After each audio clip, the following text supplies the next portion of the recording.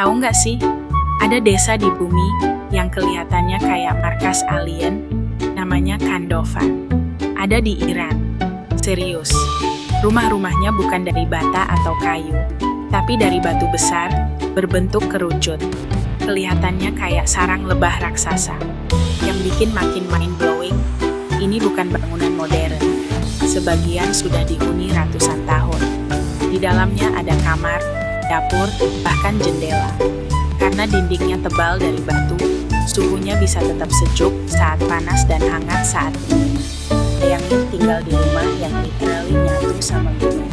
Menurut kamu, ini lebih kayak masa depan atau masa lalu yang unik banget?